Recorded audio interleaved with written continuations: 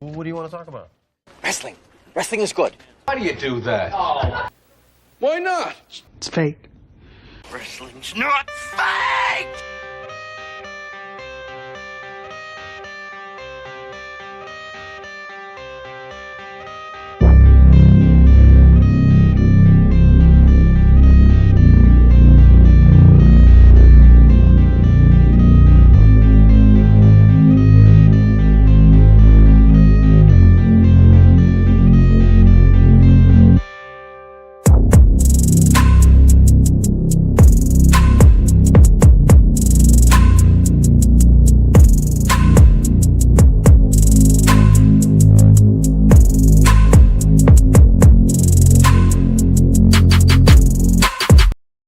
Hello, ladies and gentlemen, boys and girls, wrestling fans of all ages. It is Thursday, time for Spot Show live stream. Appreciate everybody tuning in. My name is, of course, Ronald Ray, your boy with a cornbread accent. Let me, here I am. Anyway, yes, we made it to Thursday. It is Friday Eve. Hopefully everybody had a great week. My week was pretty good. Let's see, what should I babble about before I, waste a little time for uh people in the chat to come in. I hope I'm live. It says I'm live. Okay, hopefully I'm live now. Yes. Okay. Okay, in case I wasn't live, take two. Hello, ladies and gentlemen, boys and girls, wrestling fans of all ages. Welcome to Spot Show live stream with your boy with a cornbread accent. That's me, Ronald Ray. Appreciate everybody tuning in. If you're tuning in live, that sounded good. Everybody tuning in. Anyway, hopefully y'all can hear me pretty good. Anyway, if you're joining me live, of course, hit me up on the chat here. It is up and going. If you want to give me your opinions or just be friendly and say hello, that's always cool with me as well. Let's see, because we're going to be talking about, of course, the Royal Rumble this past weekend. Not too much happening in the news. I think everything kind of happened around that. Just one little news bit, and I'll save this part and when I get done with the last story. Last story will be about the whole Drew McIntyre thing. So, for you AEW fans who watched it, or if you watched it, not really a fan, you give it what it is. Uh, like I said, put this in the back of your mind and make it make sense to me. This is going to be for the end of the show. Okay, so put it back in your mind and kind of work with it if you're in the chat and help me make it make sense. The main event last night on Dynamite was Swerve Strickland, former AEW World Champion, against Ricochet, who pretty much got smacked around by the Hurt Syndicate. Told them they didn't want nothing to do with him. Let's got told people thrown at him. Cringy promo a couple weeks ago. Didn't see the whole. Didn't see the. Be honest, I didn't see the face-to-face promo with him and Swerve. A guy who, when he was in the WWE, couldn't even sniff the World Championship or Undisputed Championship, whatever you want to call it, the top belt. I think he was a U.S. champion, Intercontinental champion, but was he a North American champion too in NXT? I can't remember. Anyway, spoiler alert, if you didn't watch it, Ricochet wound up defeating Swerve Strickland. So all that information I gave you, make it make sense. And like I said, I'll talk more about that later. But let's do the usual spiel here. Yes, if you're watching this live, join me in the chat. Say hello, make a comment about anything I talk about tonight. If you're not watching this live, hey, the comment section is always there for you to chime in as well. Also, if you're entertained by this by any way, by any means, go ahead, click that thumbs up button. Also, if you're not a subscriber yet, be a chimp. Be a chimp. Did I say be a chimp?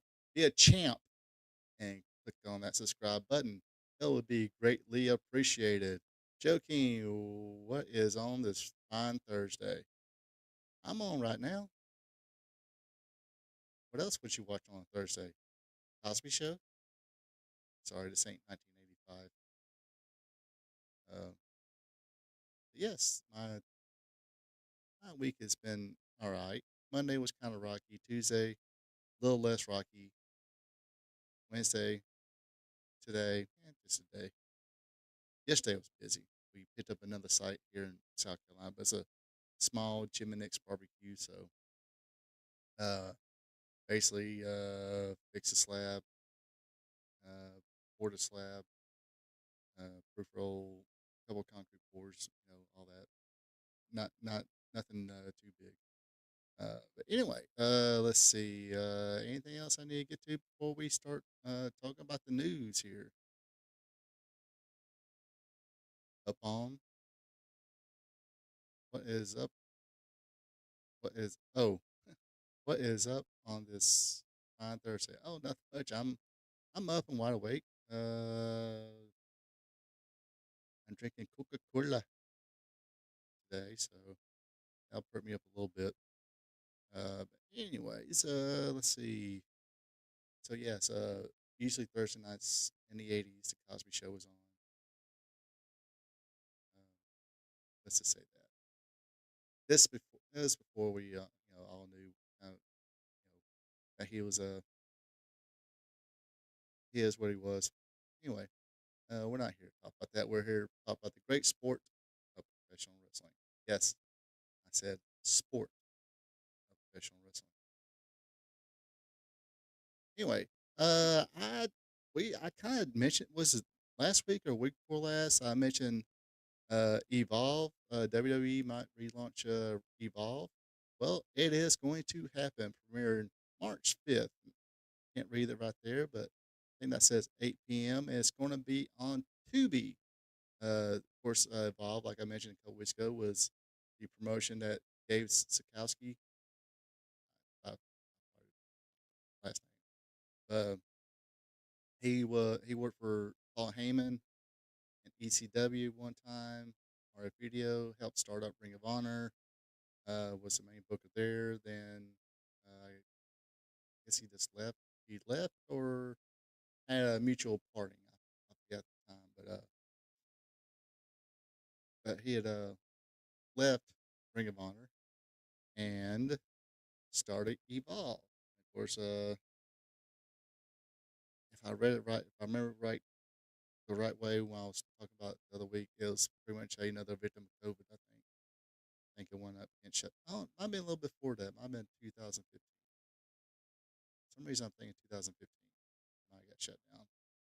Anyway, it's basically WWE bought it, took it over, bought the rights anyway, and they're relaunching, and it is going to be on Tubi. Now, Tubi is totally free. Now, you can sign up and have an account, but basically, when you sign up and have an account, say if you watch a series on there, um,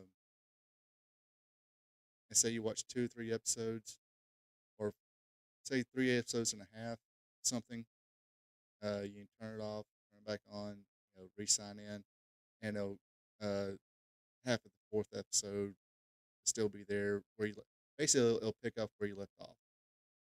Also, you make watch lists and stuff like that. It's totally free. But of course, it does have commercials. Like if you're watching a movie, they'll have commercials throughout the movie. Uh, and if you're watching an old TV series, uh, they'll have commercials during that. Like it's actually watching TV, or regular TV program or show on television. You'll have your commercials. Actually, also it does have. If you're a wrestling fan, classic wrestling fan, it does have some good content on there. Excuse me, on there. Like some old Memphis stuff, like a like a best of Jerry Lawler. There's a couple of Tommy Rich stuff.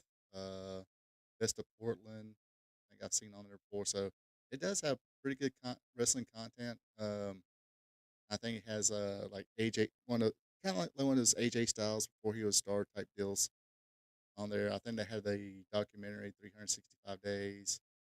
I think what else they have. But I've always kind of gone on there and clicked wrestling, and they've always had pretty good wrestling stuff. Wish I can figure out how I can watch it without commercials, because you're all my friends here. Go ahead, and tell y'all. Can't stand commercials, especially during election season. I can stand can't stand commercials. You know, yeah, absolutely. I'm like, so turned on off on commercials, especially during election season. Um, but uh, but like I said, it is totally free. You don't have to pay a dime. I wish they would have a way where, especially if you're watching a movie, like I can get over it. You know, say I was watching a TV series. Um, I can kind of tolerate that, but I'm watching a movie. Play, I played a commercial before and after. That's all I'm saying to you. If you're anybody with works for Tubi, let me pass that along to your bosses. Commercials before and after, and we'll be straight. Just, watch the movie straight on through. I mean, it's not one of these free streaming services that has crap on it. They do have, I mean, like not just the pretty good wrestling content. They have pretty good movies on there too. Not sure what they have. Let's see. I know at one time, I think last time I went on there, they had the Friday movies. Uh, I should have looked this up, but that they do. They have, in other words, they had some mainstream movies in, not just straight to streaming or back in the day, straight to home video content or movies. Pretty mainstream stuff. Um, trying to think what else. TV shows as well, pretty mainstream stuff. I mean, older stuff, yeah, but it was mainstream once you go on there and go, oh, I think I remember seeing this, and watch it. So, uh, but I think it's pretty cool. And now they got I think they have some of the original programming on there, but I'm not that familiar with their original programming. But Evolve is going to be one of those original programs that's going to be on there, and so I think it'd be pretty cool to check it out. And they pretty much said, uh, when they announced it, that I think Michael Cole said, "Hey, this is where stars or I don't want to say wannabe stars, potential stars will get their chance to shine on here and possibly move to NXT, and from NXT move to the main roster, on the main roster, SmackDown or Raw." So, yeah. So basically, this is uh,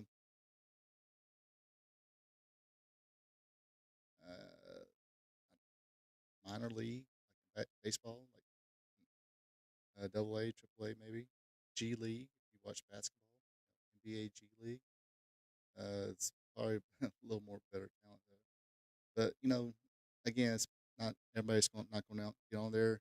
I imagine they'll have because I remember correctly when I first read it, they were calling up like indie talent. I'm pretty sure people who are they signed up for developmental on that NIT program or NIL program, that next in line. Um, like Evander Holyfield's kid, once he gets trained, he might become, uh, he might work on, Evolve, which would be good for that. Um, so yeah, it'd be pretty interesting. I think Gabe is going to be kind of working behind the scenes on that as well. I know he does.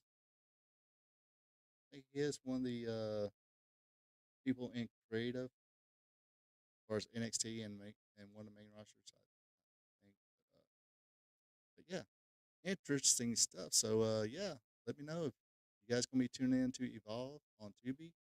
Like I said, I mean, I don't work for Tubi, obviously. It is totally free. It's not like Netflix. You got to uh, pay every month, or Disney Plus or Amazon, whatever. It's totally free, and they have good stuff. You just got to tolerate commercials. I say that's it. I mean, hey, it's free. They got to pay for it somehow, right? All right. So now with that being said, let's talk about the Royal Rumble. Uh, and by the way, yes, I have my Royal Rumble recap. It is up and available. It's been up since Sunday, I believe. So if you haven't watched it, I hope that's a link to it. I think I copied it right. So there's a link to it if you want to go check it out. Uh, like I said, there's a lot more I'm probably going to dive into this evening about it. Of course, the Royal Rumble started off with Stephanie McMahon coming out, of course, and welcome everybody to the Royal Rumble. Uh, wow, this is all these notes I took, and I didn't say not one freaking thing about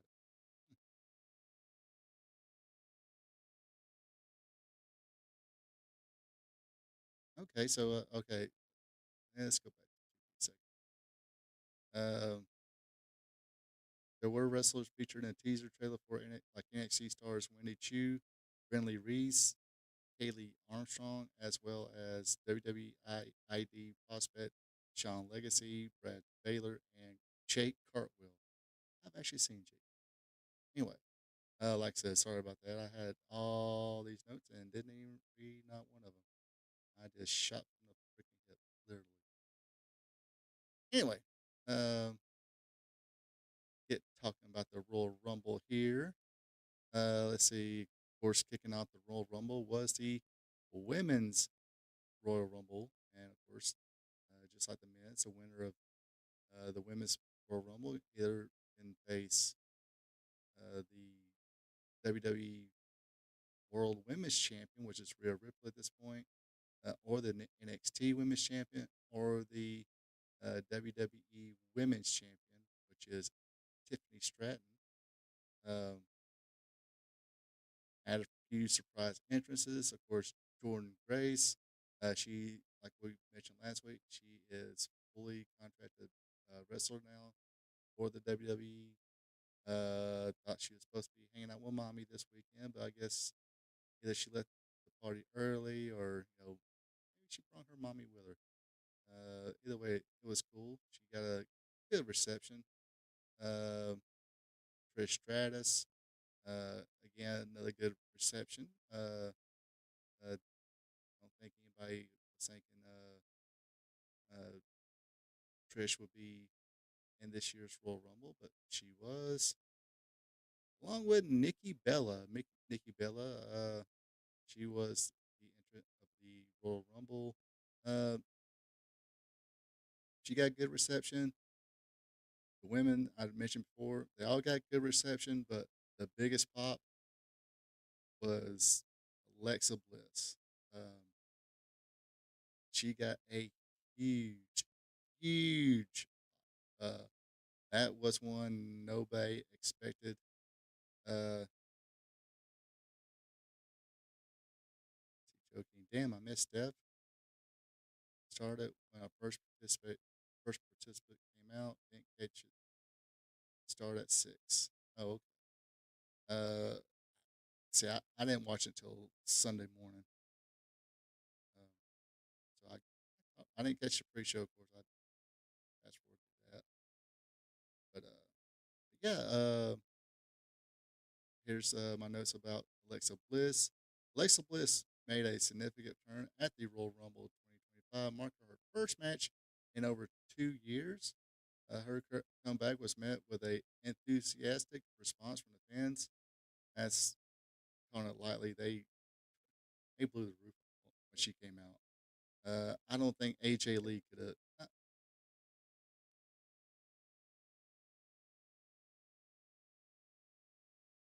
She would have got a good pop too, but uh, sometimes I don't know if they really expected Bliss to get the big pop she got. But then again, I think AJ Lee could be like physically can't. mm, If anything, she's going to do, she ain't going to be a Royal Rumble where somebody's going to be throwing her over the top rope. I think she's got neck bone and stuff like that. Anyway, prior to this event, there were reports on contract negotiations between Bliss and the WWE, which were successfully concluded shortly before the Royal Rumble. She has now secured a new 5-year contract with the company. Initially, it was anticipated that Bliss would join the Raw brand following her return. However, her absence from the February 3rd episode of Raw led to speculation about her future. Recent reports that suggest that there have been discussions about Bliss appearing on SmackDown brand moving forward. This aligns with the fact that the White Six is, or a group with whom Bliss was previously associated with, have been moved to SmackDown despite earlier teases. It appears that Bliss will not be a part of the White Six. Uh, it's worth noting that Bliss's return was a late decision in the planning process. Her participation in the Royal Rumble match was finalized shortly before the event, leading to adjustments to the lineup. Originally, the spot was intended for Shotzi, who was replaced by Bliss due to the timing of her return. As of now, WWE has not officially confirmed which brand Bliss will be part of moving forward. Fans are eagerly awaiting further announcements regarding her role and potential storylines in the coming weeks. So, uh, uh, who do I think it was most over in the match? Bliss. She came out. She got a good pop. Liv Morgan eliminated her and it drew boos. So you get a lot of cheers coming in. You get booed being eliminated, or when you get eliminated, it draws boos because people want you to stay in it. Then, yeah, I think she was the most over. Um,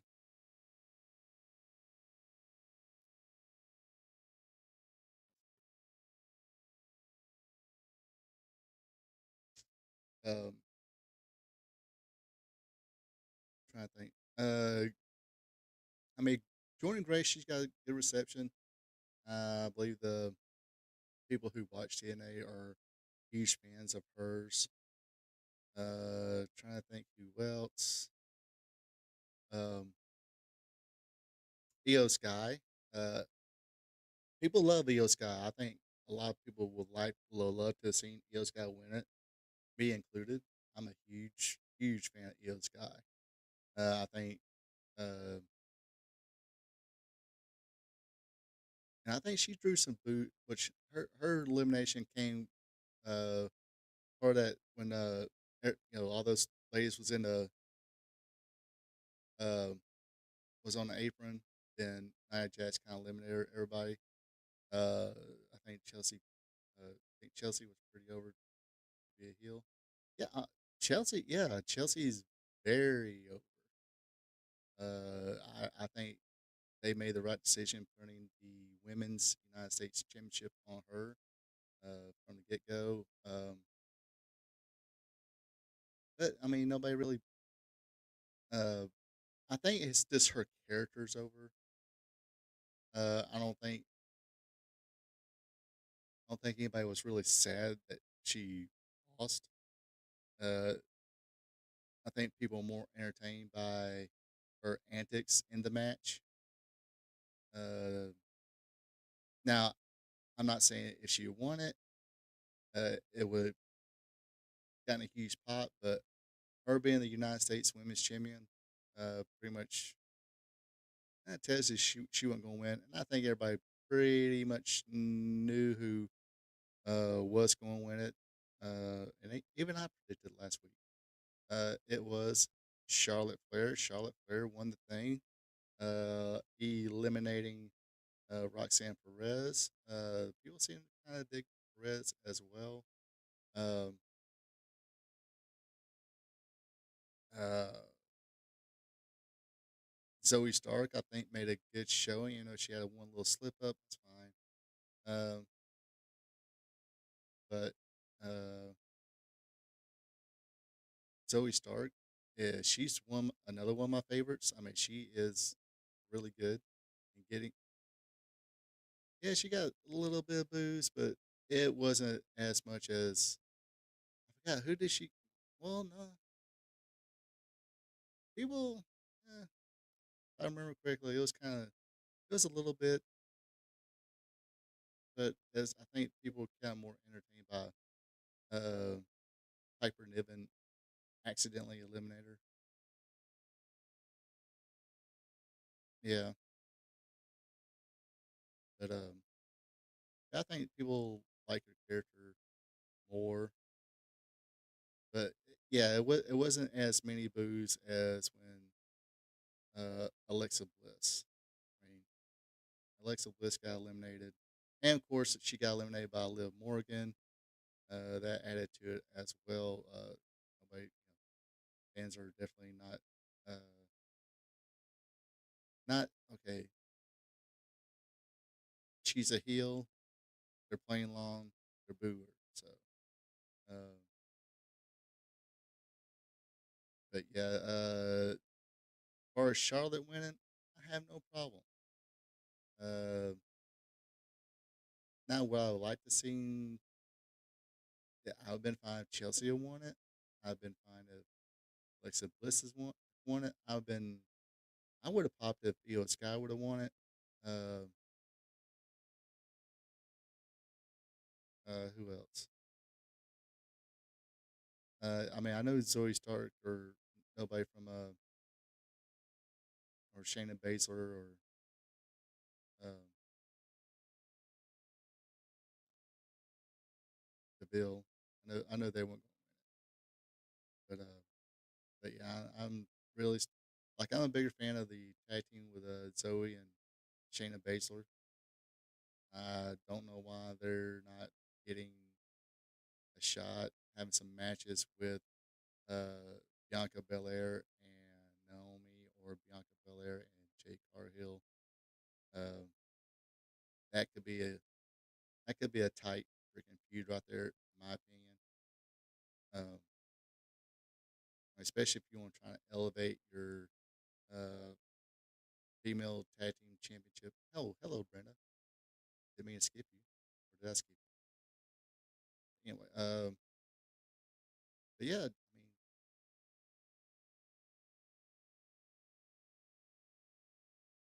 I don't think anybody really expected Chelsea to win.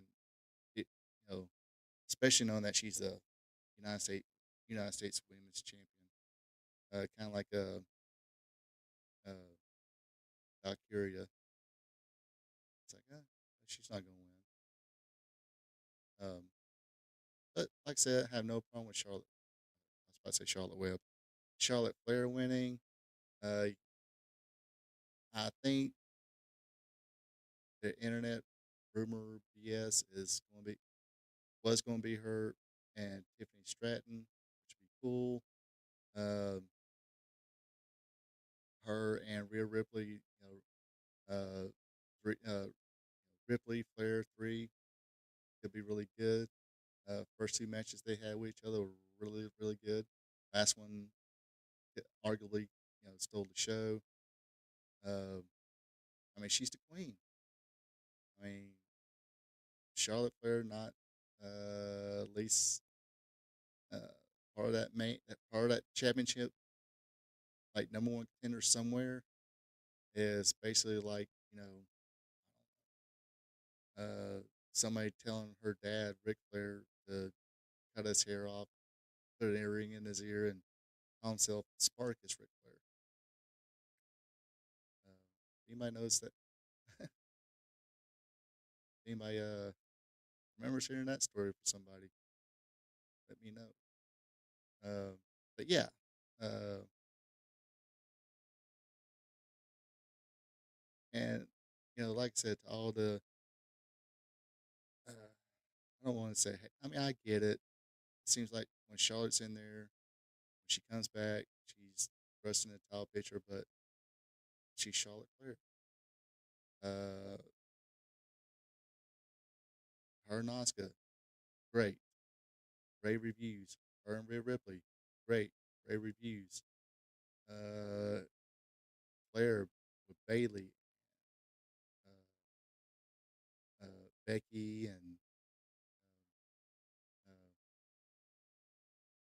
Mercedes Moné. I've got her whole name already. But hey, they were all worked great together.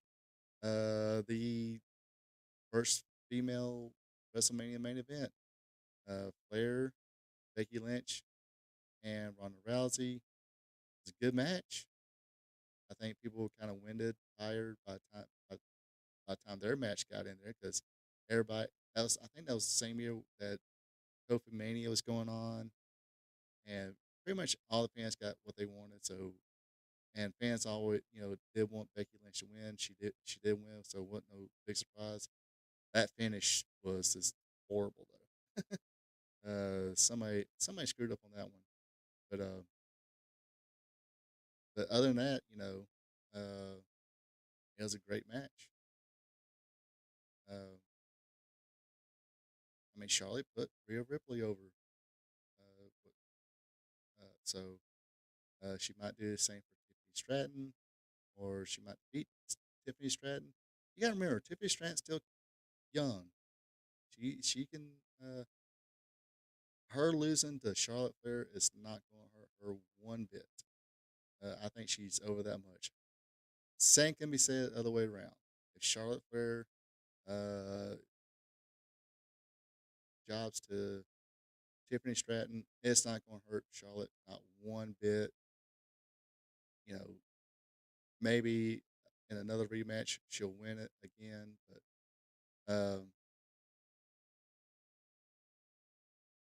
yes, no problem. And I think everybody kind of knew it.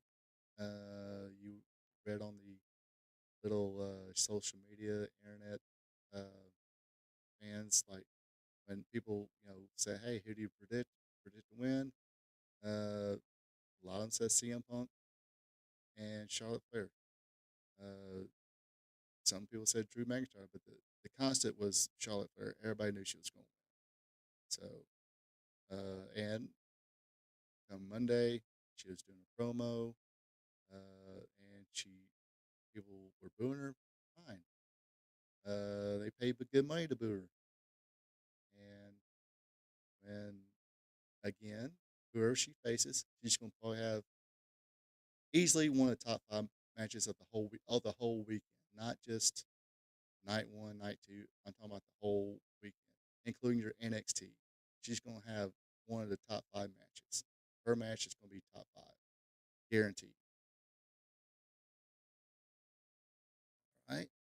So after that one, we had 2 out of 3 falls match here for the WWE Tag Team Championship. We had the Motor City Machine Guns going against DIY, John Gargano and Tommaso Ciampa. And this, as far as technical wrestling, stuff like that, probably the best match of the night. Well, I mean, they only have 4 matches. I mean, well, 2 Battle Royals and 4 Royal Rumble matches and 2 regular matches. But great match. Nobody gave it. Fine, you know what. Especially that first fall. That first fall, that finish was awesome. I thought. Can't really say I've seen that finish or that spot pulled off before, but they did it and it looked great. Uh, Gargano was in the ring, got away from Alex Shelley, reached over and put his hand down for a tag, but Gargano moved his hand, so they didn't tag. Gargano came in anyway, and ate the kick from Alex Shelley, but again, no tag was made, so Ciampa was still the legal man. Ciampa gave him a knee strike and pinned Shelley for the uh, uh, it was a very good match that nobody gave a care about. Go back and watch it. But especially that first finish. That first finish popped me. I mean the ladder match, good ladder match, given match. I'm not dogging uh, the ladder match by no point. Men's Royal Rumble match. It was just about Royal. Nothing wrong with any of it. Period. Especially the finish. Well, the finish was. I'll talk about that later. But I had no problem who won the men's Royal Rumble, by the way. But I'll definitely talk about that a little later. But like I said, that first finish, where they did the uh, fake tag and everything, I thought they pulled off very smoothly. Of course, this second fall went to the Motor City Machine Guns when they hit their finisher, the Skull and Bones. Then the third fall is when the Street Profits came in and interfered on the that benefited DIY, but uh, they wanted DIY to keep the belt so they can seek revenge. That's the way it was explained. Um, but yeah, it was a great match that the crowd did not care. They did not. Now, I will say if this match was on NXT or AEW, they would have popped huge for this match.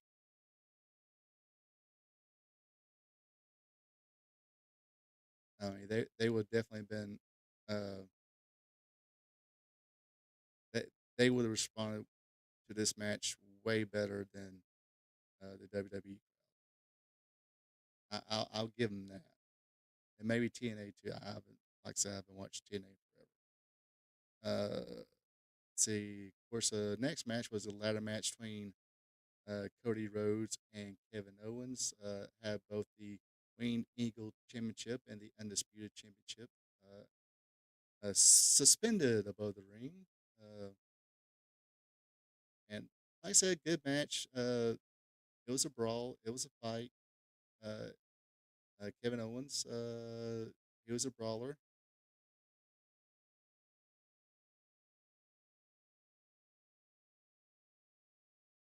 I don't know. There don't have to be a fan of them to acknowledge that they had a great match. I mean, if you want to see Gargano and see, I got burned down Gargano and Tommaso Chu, Tommaso also thanks to NXT because when they were there, it seemed like every takeover there was for a while there, they were the main event. It was either them against some other tag team or them two together or them two wrestling each other. And it got to the point where it's like, okay, okay, okay. Great matches, but sometimes it's like, do we really need to see them two wrestle again? Machine Guns, I kind of dug Machine Guns when they were in TNA.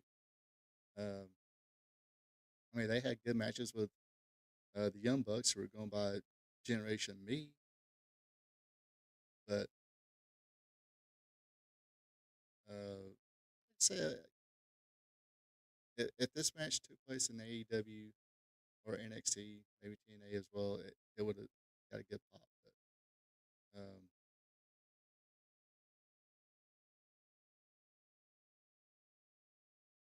But like I said, fans didn't care.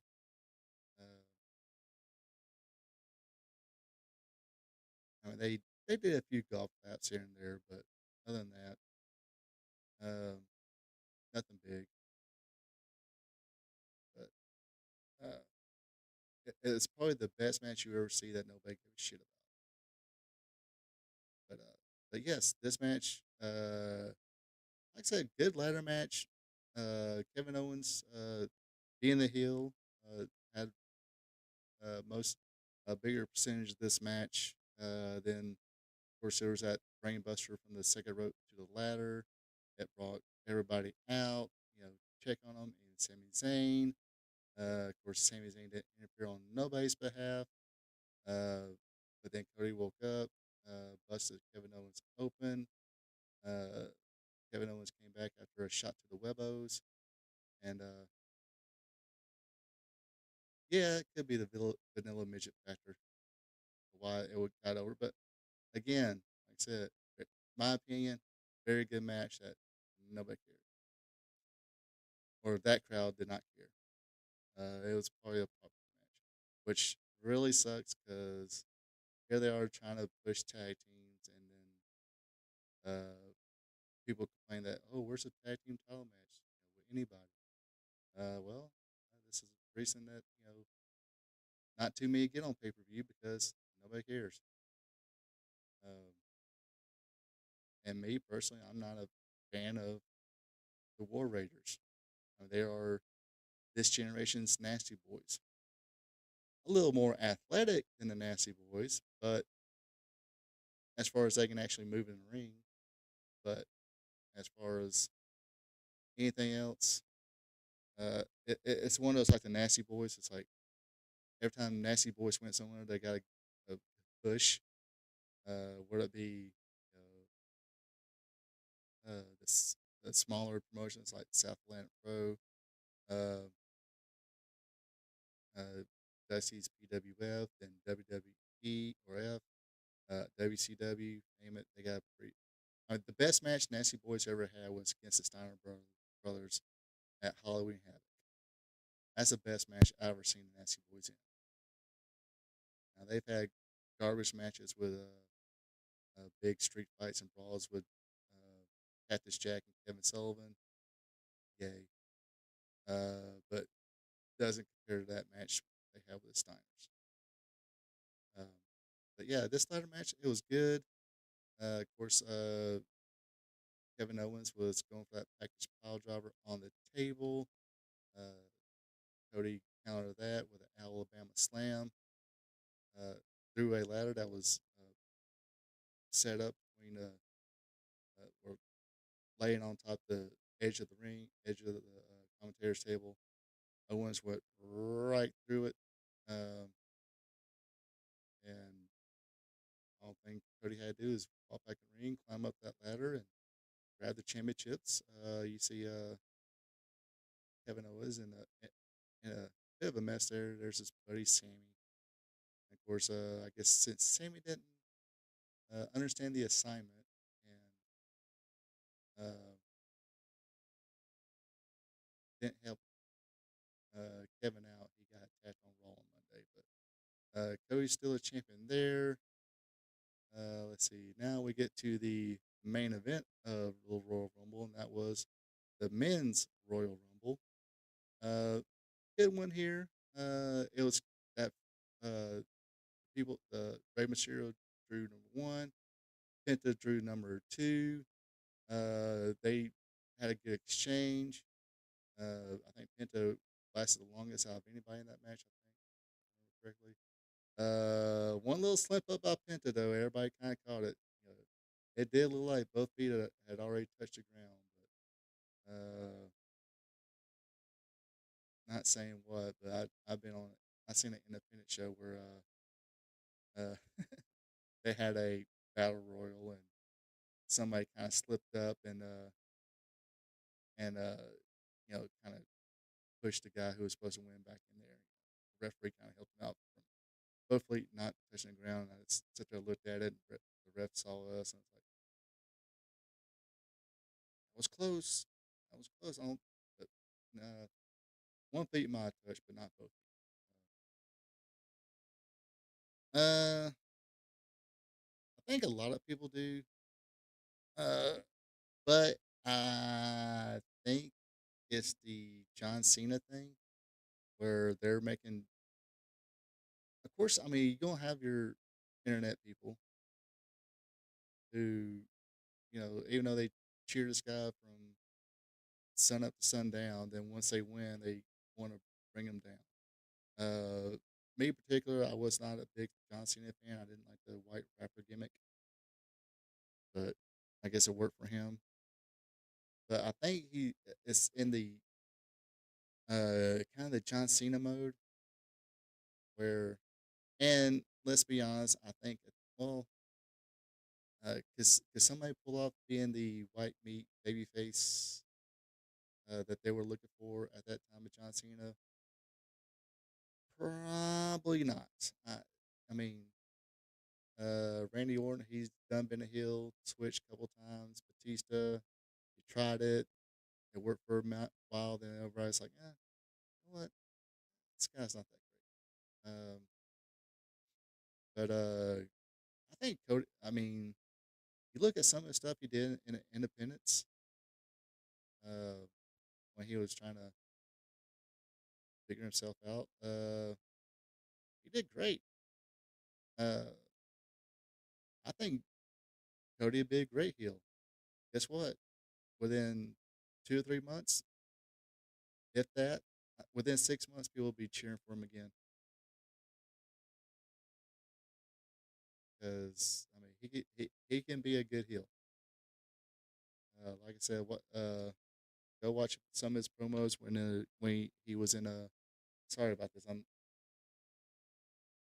right. Show y'all what we're working with here. See that? I kind of got. This is like a little door to the little refrigerator. It keeps on going back and forth here, and this thing can like pop off any second here.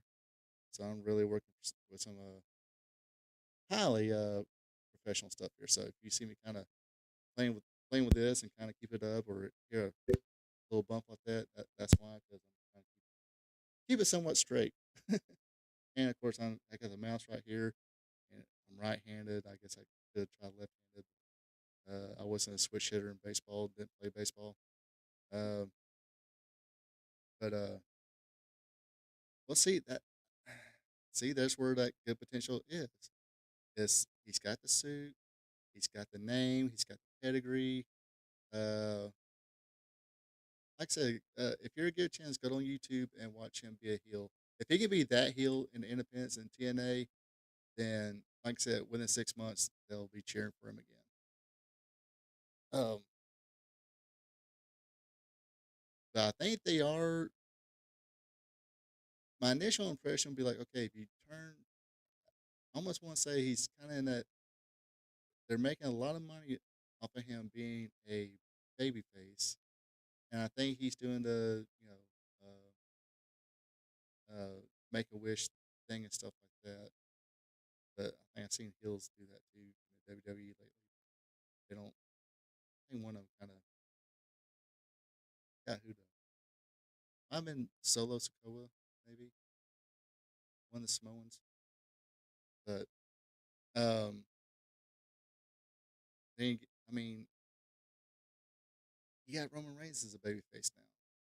So, but it looks like it's gonna be could be Roman Reigns versus Seth Rollins at WrestleMania. Um, I don't know. Maybe CM Punk versus Cody Rhodes. It seems to me that they are kind of uh, testing the waters of him being a heel, and for it to get over. Sorry, CM Punk, you're gonna have to. Can't play that. It's not gonna work for me, brother. Because I don't know if he did that, but with Drew McIntyre and Seth Rollins, but if CM Punk wins the Elimination Chamber, stays injury free, then the match with him and Cody. Cody wins the match, but turns heel doing it. Does he have to cheat to do it? Yeah, maybe. maybe I mean, he can probably turn heel by being a little more vicious. Maybe it's a oh, you Punk got hurt, but uh, Cody being a champion took advantage of that, hit the crossroads, and say hurt, hurt his shoulder or something like that, and it's gonna be like, okay, why'd you do that? It's like I'm the champion, uh, which I mean, of course, he can cut a way better promo, not that could be in Cody Rhodes, but sit there and say, I'm the champion. I'm going to keep this title by any means necessary. And that's where you might start throwing up the booze, kind of have the fans turn against him and him not turn against the fans, which they've been doing very good with. They did that very good with Drew McIntyre. Um,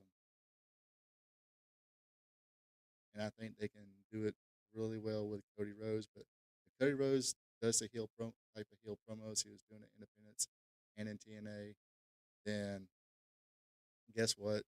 Within 6 months, they'll be cheering for him again, or they'll be cheering for him as he comes to the ring. Then he'll go up against a baby face and do some heel stuff. Then they'll boo him, kind of like they would Randy Orton for a long time, Triple H for a long time, uh, and countless others. But yeah, I see the potential, but it's like okay,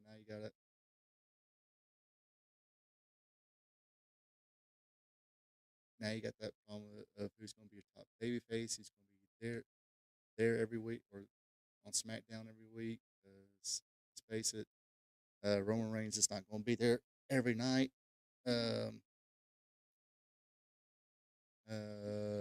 LA Knight, mm, I think the fans they still like him, but he's not drawing that huge pops that he was getting uh, this time last year. Uh, maybe I mean I don't know how much longer AJ Styles' contract is up. Uh, maybe give AJ that last good run for the year. Let him run the Royal Rumble, then face Cody Rhodes next year, and maybe defeat Cody Rhodes next year. Uh, I think that could work. I'm trying to think of who else is on SmackDown that might be or could get over really well. Or you can just go with, all right, Cody and Roman's just switching places now. Roman's the baby face, Cody's the heel. And have everybody, cheer when Roman Reigns wins it. Either um, SummerSlam or something like that. And then let's see how many people get pissed off when The Rock wins the Royal Rumble and challenges Roman Reigns. Or have The Rock win it, then Roman Reigns wins the Royal Rumble and faces The Rock next year. See, I mean, here's the thing about WWE. They're in such a good spot right now. Like I said, I will hit on this again in a few moments after they got a lot of people that can say if say if Cody Rhodes got injured, they can easily put it on Roman Reigns and still uh, draw. Or got Drew there, you got CM Punk there. Uh, you try to test the waters and having LA Knight have a little bit of a run. Uh, you just got so many people who you can kind of put up there either for the first time or uh, somebody who is proven already. I mean, uh, that's a kind of a good spot to be in if you're in the WWE. or if you're in creative in the business side, office side of WWE, that's a good position to have all these people who can be easily main event or top champion, either as a placeholder that you won't be skipping the beat, uh, or just put a reliable person up there. Or another thing, hey, John Cena, he's on Elimination Chamber too. Uh, maybe Cody again the same finish as the as I said about the Rhodes CM Punk. You can do that with Rhodes and Cena. Uh, Jacob Fatu, yes. Yeah, I wouldn't put him there yet. Uh, let him keep whooping people's asses. See, I think Jacob Fatu can be, of course, not the same character and everything else as the Undertaker. Uh, but Jacob Fatu is a person, like I said. I won't go and be a babyface right yet, but uh, maybe within a year or so. But you put that babyface on, he can be that guy who's an attraction. You'll need to put a belt on him to be over. He's going to be over. Uh, I mean, I knew Jacob would be good when he got here, but I didn't think he was going to be that over. I know he was going to get over, but I didn't think he was. I mean, he's almost surpassing Solo and Tama and the other guy. Everybody's got to do that now. I did that the other day, but by accident. Uh, Sometimes you don't know which way to switch. It doesn't have a red side and a blue side. Sometimes they interchange, depends on what side of the flotilla you're facing. So I cut to hot, but when I got in, it was cold. So I was really doing the anyway. But yeah, Jacob's going to be good. Honestly, he can keep out of trouble. He's going to be good. Solo too, man. Solo, he can be a mainstay heel. One day said, like I said, Jacob. Yeah, Jacob. Like I said, this you got somebody in this pop in that driver's seat right there. Solo Sikoa can easily say something happened, Cody got hurt again, and or Gunther. Well, I think that the Raw situation is taking care of itself. But yeah, look at Raw. You got the guy who won the Royal Rumble. You got Seth Rollins. You got Drew McIntyre. Anybody can put that strap on just like that. Won't miss a beat. What was that old story of the Bill Watts shoot interview where he was learning and booking under Eddie Graham? If you watch any shoot interviews of stars back then, they'll tell you go to Florida, you get on the learning tree, get on the learning wing, the tree, whatever of Eddie Graham. You're going there, going to get your PhD. Uh, but anyway, uh, Bill Watts was there. He even told him, it's like, uh, Eddie Graham asked him, it's like, hey, you're a college man. I was eighth grade dropout. What are you doing down here? And Bill Watts told him, hey, I'm here to get my PhD. And but he always had, guys he brung in and booked and stuff like that. And Eddie Graham looked at him one day and said, hey, you got guys who we would have killed to have the main event 2 or 3 months ago in the second match. And that's kind of the problem. That's what the problem is. It's a good thing that WWE has now. It's like you got enough stars there where you have main event guys wrestling in the second match or girls. Yeah, a lot of talent in the females. I mean, yeah. Uh, but but yeah, back to the men's Royal Rumble here. You had uh, Joe Hendry. He got in a Royal Rumble, got a good ovation himself. Speaking of which, got to see the return of AJ Styles. Looked like he was limping a little bit out of the ring, but uh, hopefully he's okay. He's going to be on Raw now. And of course, the guy who won the Royal Rumble, eliminated John Cena, was Jey Uso. Nobody predicted that one. Everybody thought, okay, maybe John. Everybody was thinking John Cena.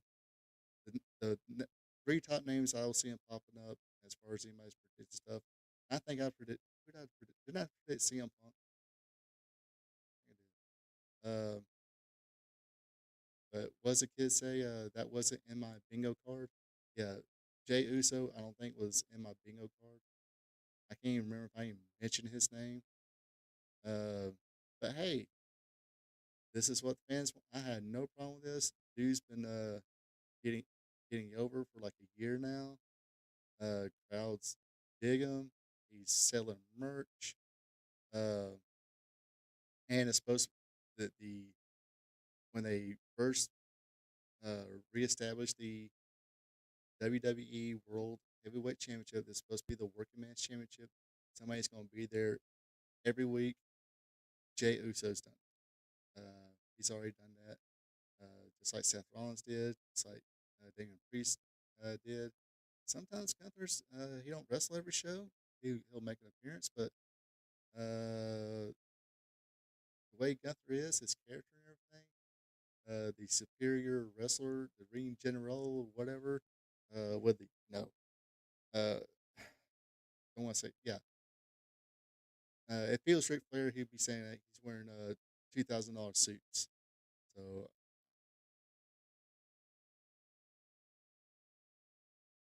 yeah, that's what it's for, I guess.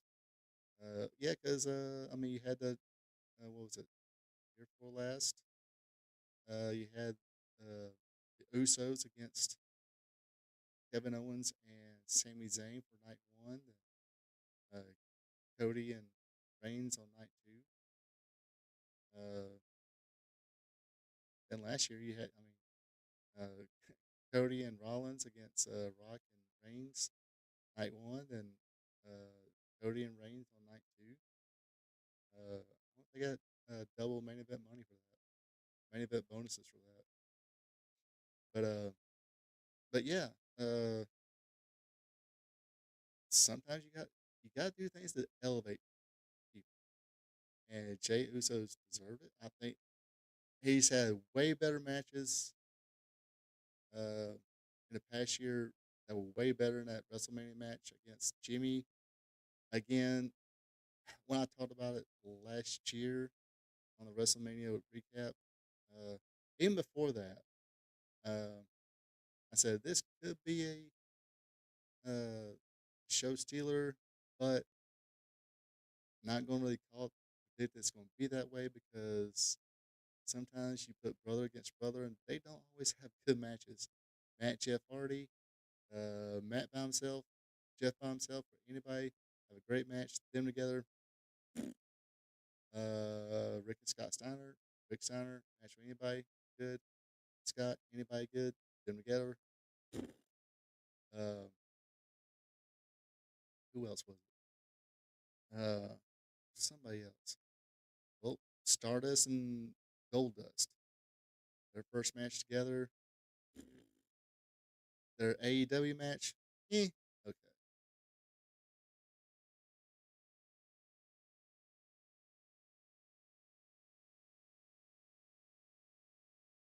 Yeah, but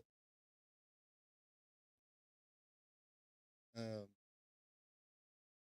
and somebody said that I mean, there's a lot of people saying, hey, they should have had Rhea and Charlotte be the night one main event, and they tore the house. They stole the show.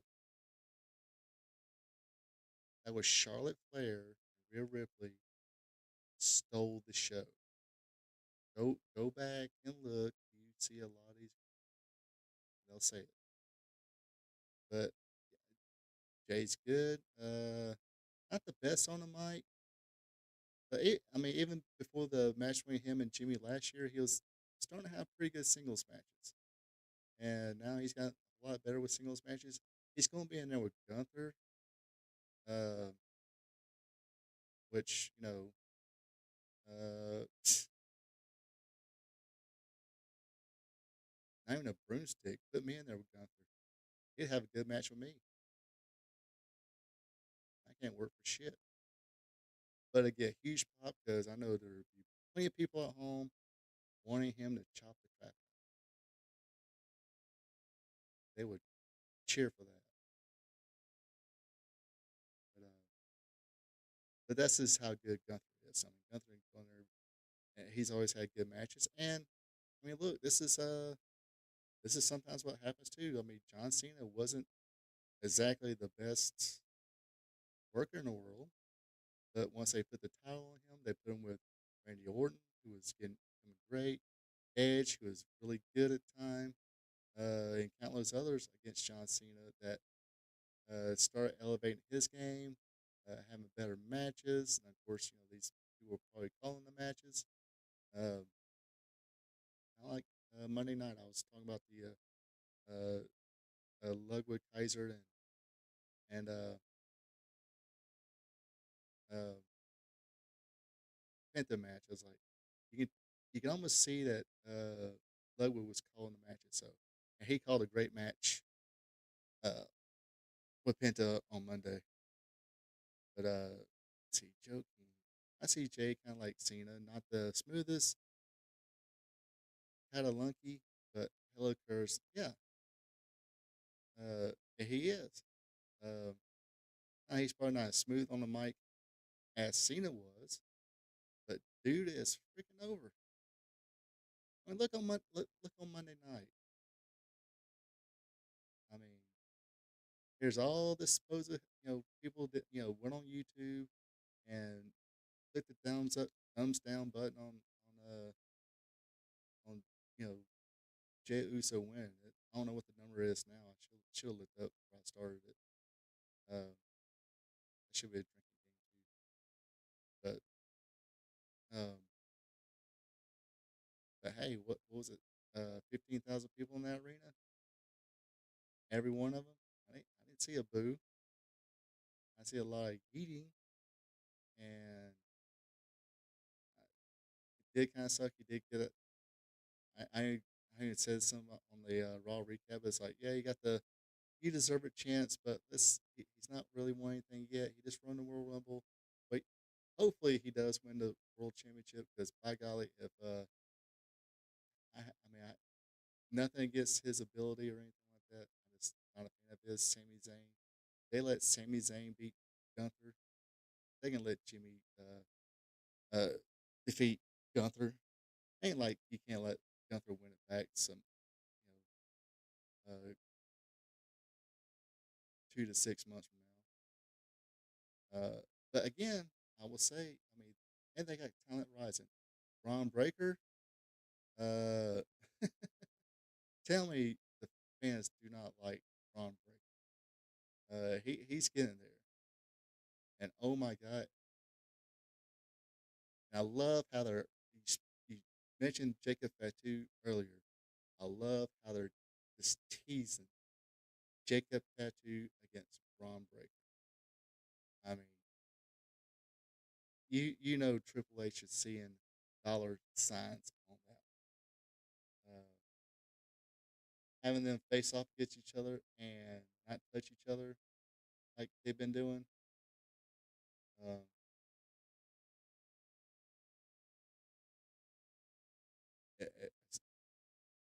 and people are like, he's feel the crowd like building up to it, wanting to see it. That it's going to be as good old JR used to say, Jim Ross used to say, it's going to be a slobber knocker. It'll be one of those matches that I mentioned Bill Watts. It'll be one of those matches that Bill Watts will love to have his two guys in his old Mid South territory. Of course, he had his dad, Rick Steiner. Um, but uh, but it's going to be, like I said, a slobber knocker. It ain't going to be pretty. it's gonna be a brawl. You might see some pretty slams. I would say that. I see some pretty suplexes, some pretty Samoan dives. You'll see Jacob Fatu do that triple jump moonsault, whatever, or best moonsault ever. Um, but uh, now that might be a potential WrestleMania main event down the road. Again, who's going to be the baby face and heel on that one? Who freaking knows? Maybe I don't know. Maybe uh, gosh, that'll be too hard because fans are just going to dig both of these guys. I mean, it's kind of like that Brock Lesnar. I mean, you got two basically Brock Lesnar's, two legit ass kicking guys that they might be heels, but my God, you're going to cheer 'em.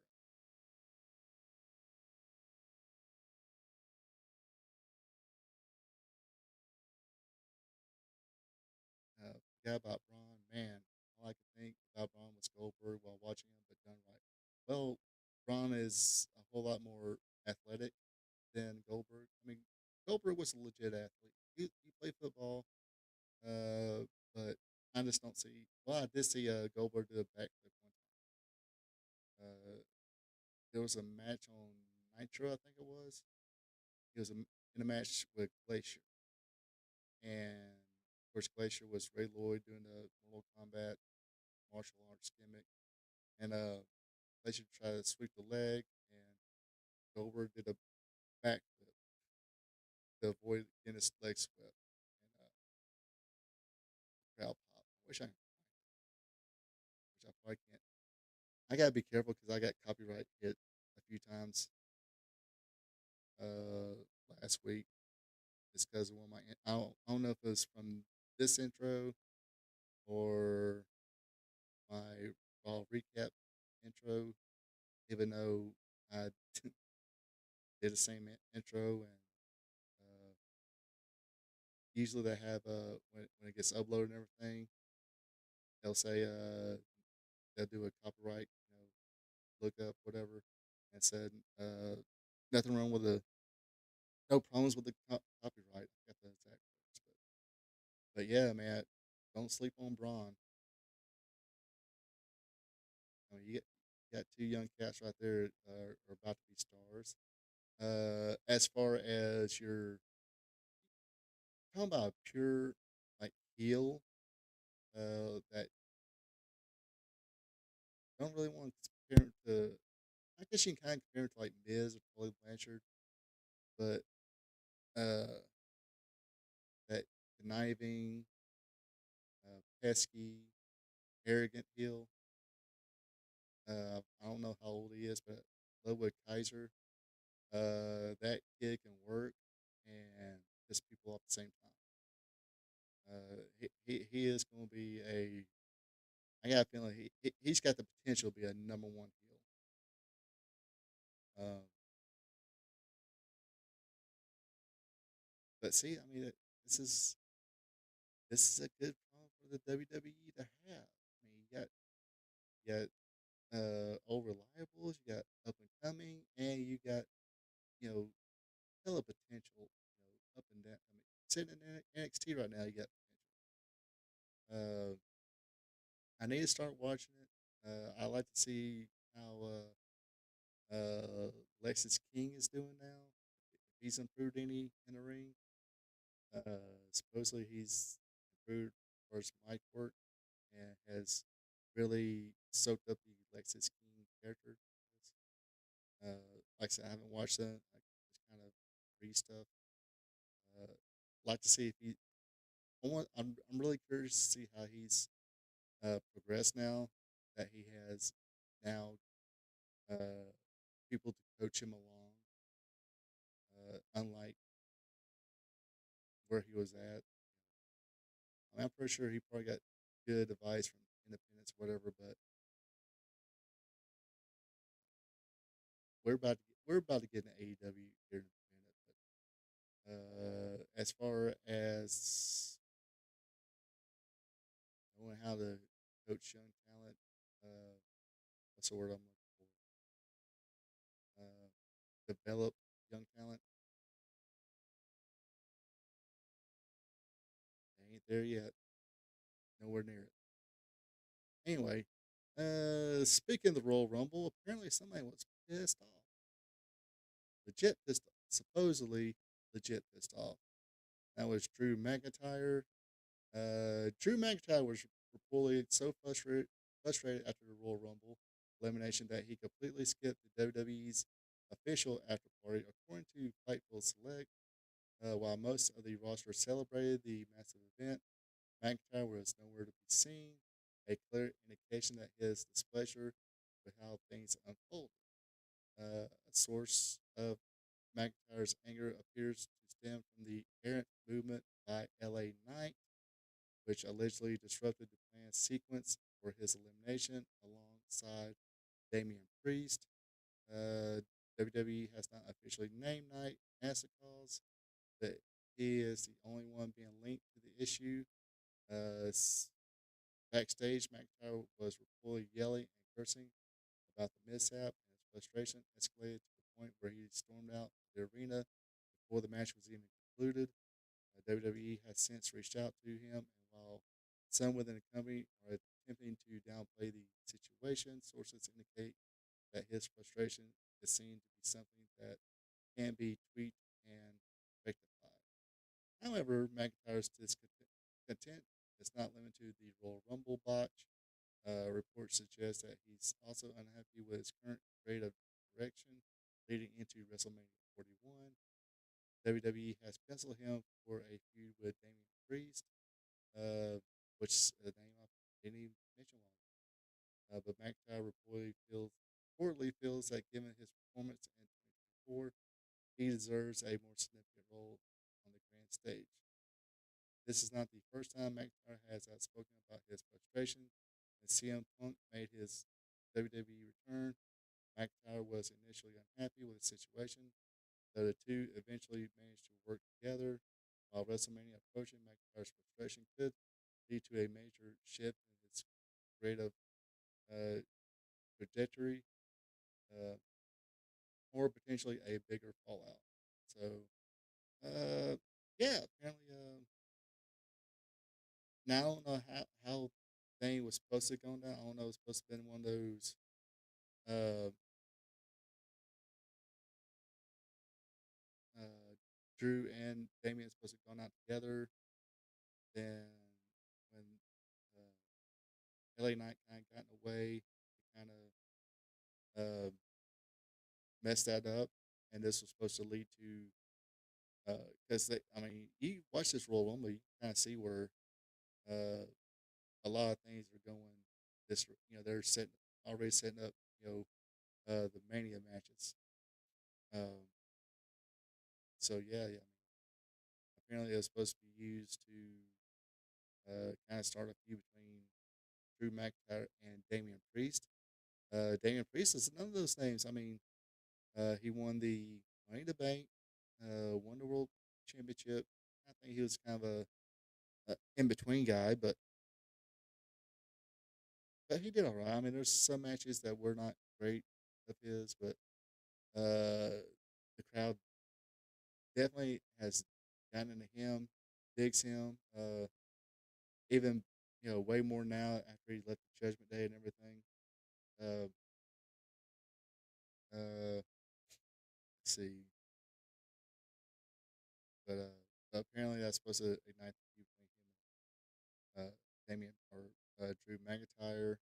Um, I can see him. I can see why he'd be frustrated. It's like I mean, he easily him and CM Punk easily had it. I mean, I don't know. I haven't seen the Pro Wrestling Illustrated magazine where they do the year awards, but that should easily been the feud of the year, in my opinion. Out of everybody, I mean, that was just such a great feud. The just the telling the story of Drew going healed and Punk coming in, and you got two guys who really don't care for Punk at all. They kind of blew their load a little bit, having Punk and Rollins on on Raw and have Punk get that clean win. Um, and of course, I'm kind of old school to the where my feeling was this should be a pay per view match. It's kind of been set up since uh, when Punk came in the Survivor Series year for last. As soon as he appeared, it was Seth Rollins uh, front center and his displeasure of Punk coming back. But I thought that might be I originally thought it was going to be a WrestleMania match when Seth Rollins was the world champion. But I don't know if that was penciled in. Then Punk got hurt. I have no idea about that. I don't have those kind of inside information, but that's what I would have done. Of course, if you want to, I got a whole video. If you want to go back and watch it, I did a little fancy booking on how I would have brought CM Punk back. Uh, it's if anything entertaining. Let's see, I'd have to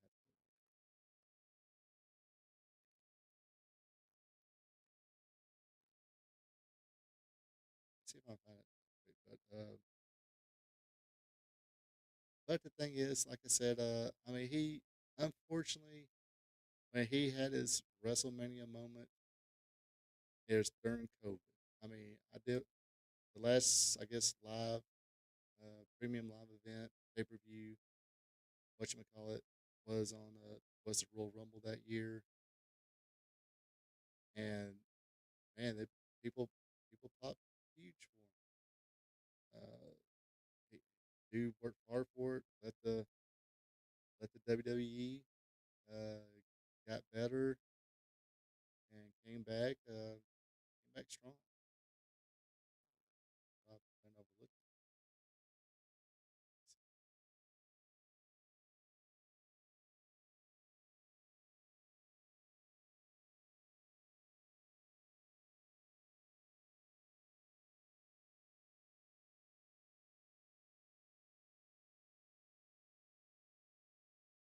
Okay, here it is.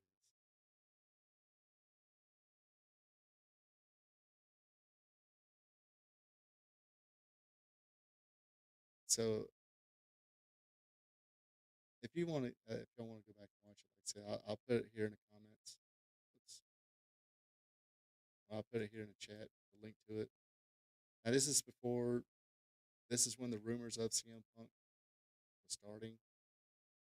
I was like, I kind of shocked they did, but um, but you know how I like to sit here sometimes, shits and giggles, fancy book. I mean, what wrestling fan doesn't like it? I ain't doing that. Y'all hit me up with a subject of what I can do a fancy booking of. Hit me up with just about anything. But um, but sometimes I mean, like I said, you gotta keep elevating people and like I said, this could all be a work as well. Be aware of that. I think Drew just signed a big deal not too long last year. I think it was. Um,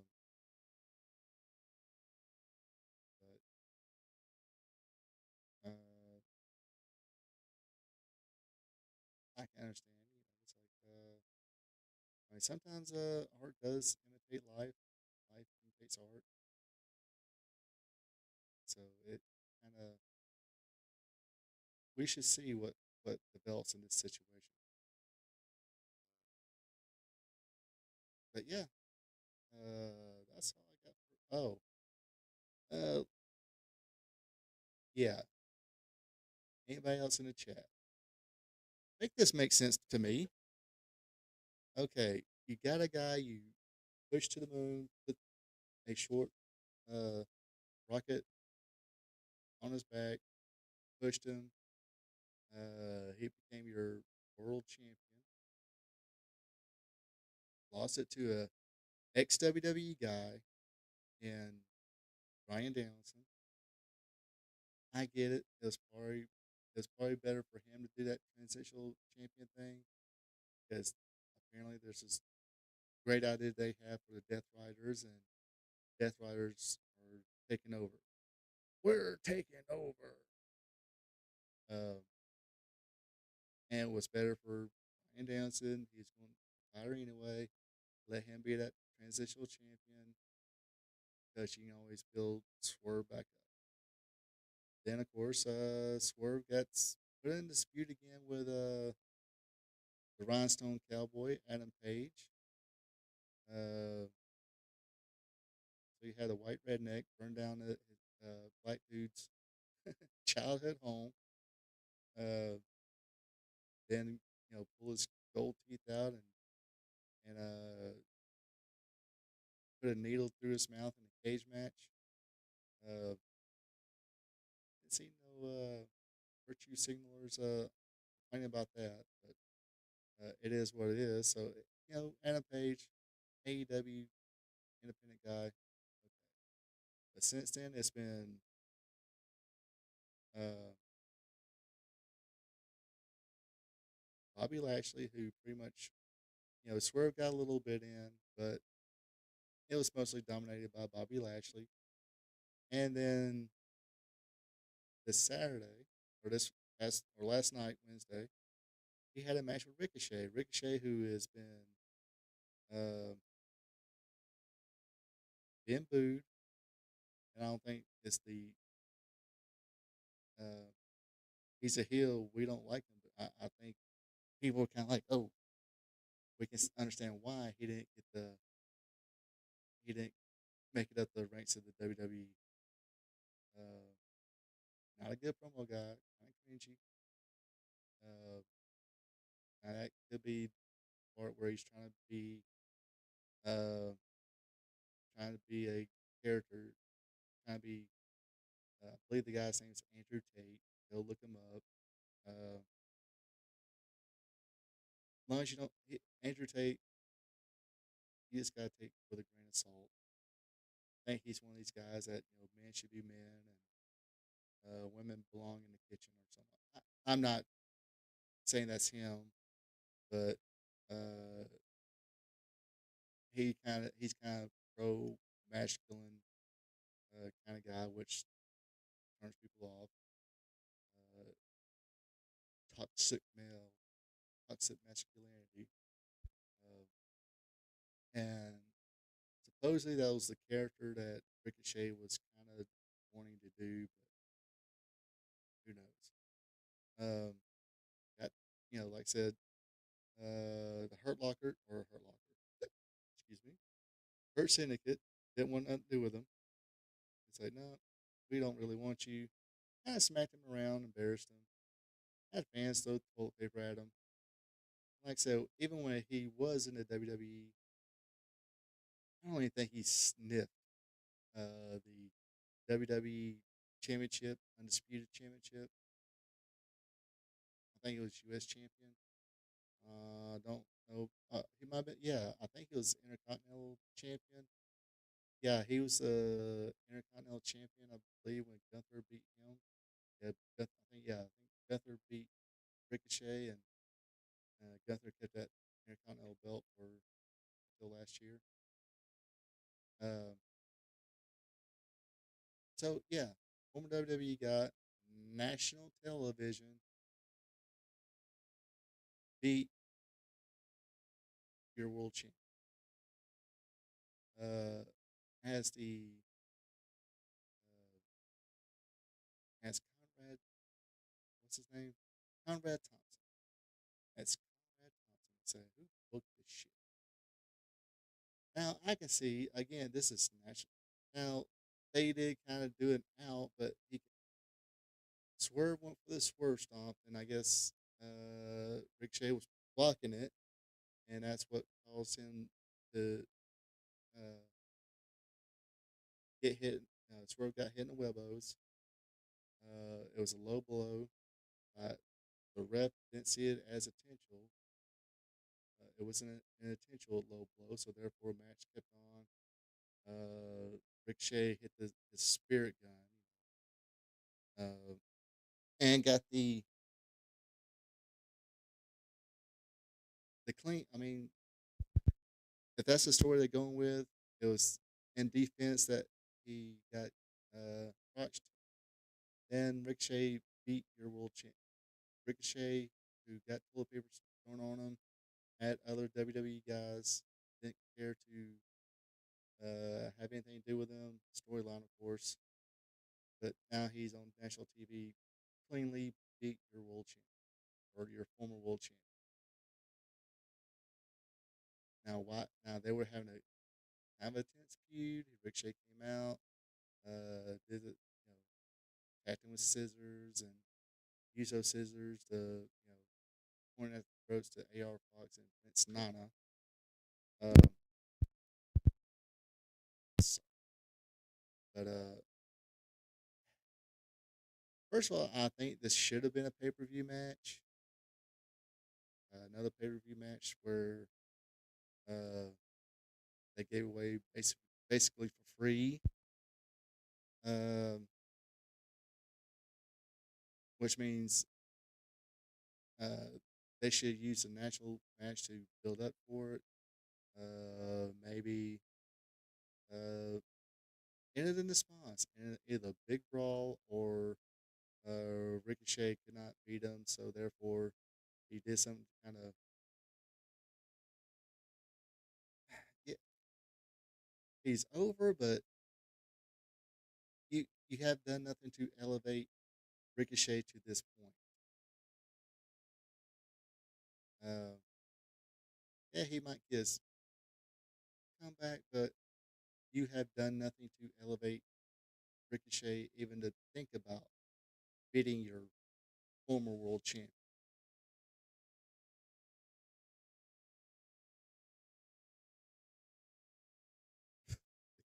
The Cucamonga. Is that another Jim Cornette um, saying? But see, that's just it. They done nothing to elevate Ricochet to the point where him beating your former world champion on national television mean anything. Now, like I said, if it was me, it would have been like um, either end it on disqualification, have Ricochet attack him with hit him with a chair. Then the ref sees it, of course, disqualification. Then maybe on the pay per view, let's get a payday out of this. Have Ricochet maybe defeat him, not fair and square. He's the heel. He's got to cheat. Use those scissors to knock him out. Uh, and then Ricochet's from Cucamonga, along with the Young Bucks.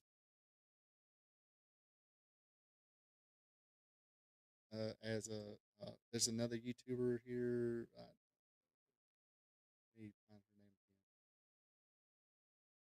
again. Kantiana, I think that's her name. She does wrestling recaps and stuff like that. She calls it she calls the Young Bucks the Young Bucks or something. I think one time she called it not so Young Bucks or something like that. I watched a couple of her stuff. She's decent, but like I said, they never gave us any reason that he should be able to beat Swerve Strickland unless he cheat. Yes, okay. All intents and purposes, it was a clean shot, and therefore, oh no, but Ricochet's is so hadn't be a buddy of theirs.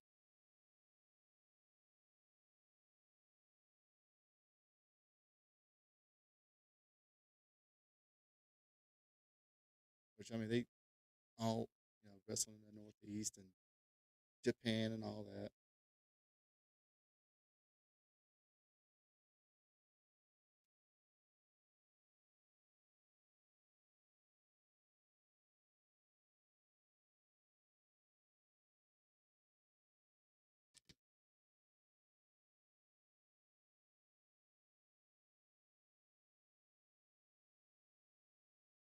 But yeah, I mean, again, that's kind of why I took. Ring. But yeah, that's kind of what I'm saying. It's like they have done nothing to elevate him really. Now, if he was a member of the Hurt Syndicate, and see that's another thing too. It's like they just let Bobby Lashley beat him, and that's it. One match, one and done. Um, and this is where your best. I mean, what you gonna do? Wait a few more months, then throw him and Bobby Lashley together again, which it could work because. But I'm trying to show. I'm trying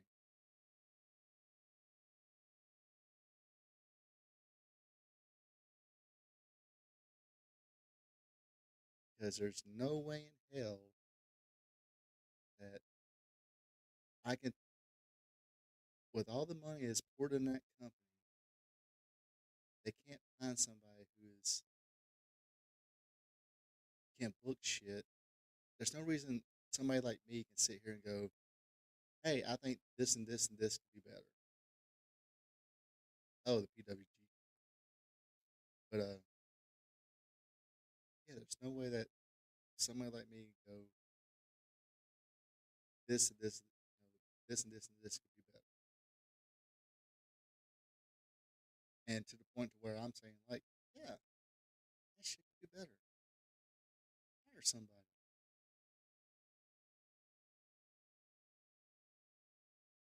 I mean, supposedly the rumor is Bully Ray he wants a pencil, he wants a book. Give him a shot. What's the worst thing? I mean, first of all, I mean you're gonna have to give him full autonomy uh, as far as uh, you do this. This is my finish. This is my storyline. You don't like it? There's the door. And I'm not sure how old Bully Ray is. I'm pretty sure. But essentially, maybe a few people in uh, AEW. I think Bully Ray can handle himself against a few other guys, even even at his age.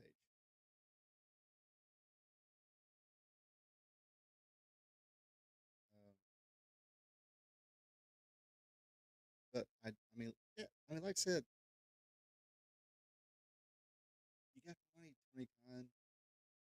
Everybody talking about how much money you got. You got all this money to waste. And somebody, I mean, it's like I was mentioning in something else that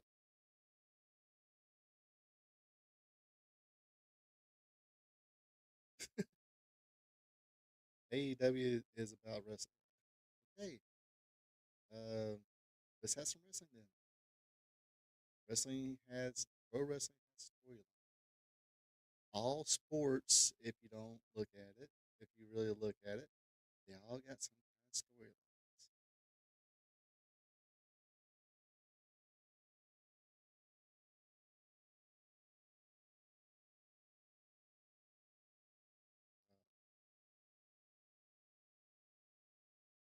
Baseball, when it gets to when it gets to playoff time and everything, they got storylines. NFL, especially when it comes to playoff time, all got storylines. Some kind of story to tell there. It ain't just oh okay, Super Bowl's coming up this weekend, right? Eagles versus the Chiefs. It ain't just Eagles versus the Chiefs. It's okay. You got the Chiefs, who's won two straight now. They're going for the three-peat uh, against one of the teams they defeated before, Philadelphia Eagles. Uh, can the Eagles, with their talent, people they have now, to defeat the Chiefs? They want their revenge. They want to be the ones that stop the Chiefs to be three-peat as Super Bowl champions, or can uh oh, can't say it. Patrick Mahomes. I watched this thing on TikTok. It was hilarious. And of course, you gotta. That's another part of this storyline of the Chiefs and Eagles game. Are these officials going to just give it to the Chiefs again? Again, let's watch football. If you've been watching it, that's what a lot of people are saying. That all these calls, always benefit the Chiefs. But and will this is the most important question? Will, after the Chiefs win the Super Bowl, would Travis Kelce get on one knee and propose to Taylor Swift, make a honest woman out of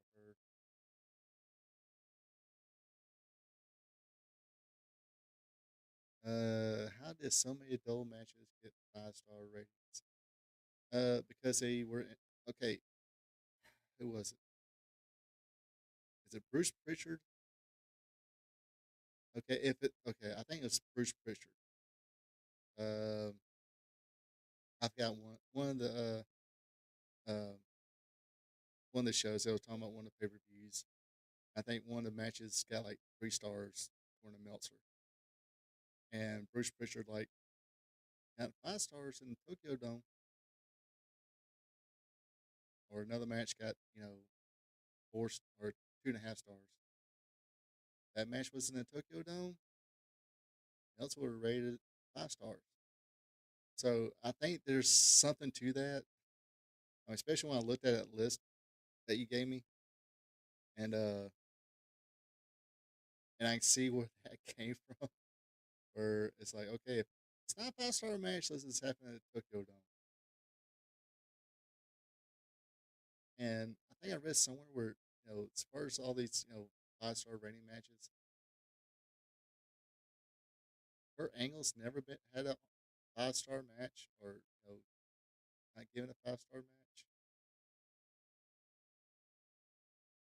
Is Does AJ Styles have a 5-star match? I mean, Kurt Angle and AJ Styles in TNA has some really good matches, and like you said, some of those matches that Dave Meltzer rates 5 stars, and I guess since Kurt Angle and AJ Styles didn't happen in the Tokyo Dome, therefore it didn't be a 5-star match.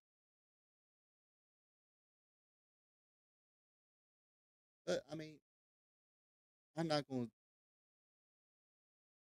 crap on Dave Meltzer. I mean, Dave Meltzer's just reporting what he likes, and he likes Japanese. So therefore, um, again, I mean, I hate to sound bad or anything. If it didn't happen in Tokyo Dome, it's not going to get his 5-star rating, because at the time that's what he liked. Unfortunately, I guess for some reason, uh, Dave Meltzer's parlayed that into making a lot of money, which he did it because I guess he was the first one to have a newsletter at least come out and tell and break kayfabe as far as wrestling's concerned. He got info from people somehow, wit with the stories. No,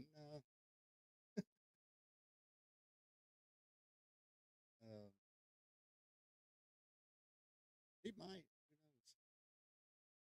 But like, okay, now this Saturday I'm going to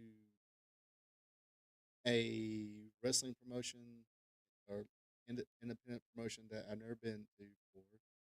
It's in Easton Nolly, Georgia. It, never been to Easton Nolly, Georgia. I don't think. If I've been to Easton Nolly, Georgia, I just drove through it and didn't even know I was in Easton Nolly, Georgia. I think the promotion is called SW. I don't. I just know the letters SWA. The three-letter initials SWA. I don't know what that means, but supposedly they have pretty good shows there. But I'm going with it. I'm going somewhere with this. So, a few years. Let's go back. Was it maybe before say 2017, 2018? Sometimes we'll go or actually at one time they would have like opposite weekends. Uh, there was two indie promotion in Georgia. There was I mean, there's a lot in Georgia. Um, there was Anarchy Wrestling in Cornelia, Georgia, and Southern Fried Championship Wrestling in Monroe, Georgia. Now, if they ran both nights together, we would always go to Anarchy.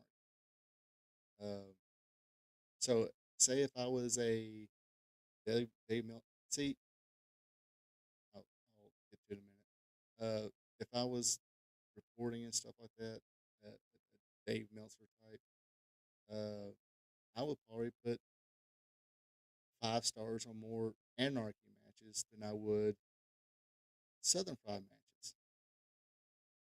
Um, because as a fan, I kind of like that promotion more than I did the other one. Uh, but here's the thing too: Southern Fried improved tremendously. Uh, uh, they got hot section of the book and all that stuff. He brought his guys in, uh, or him and Jimmy Rave's guys in and stuff like that, and they started having great shows, great matches, and everything else. Uh,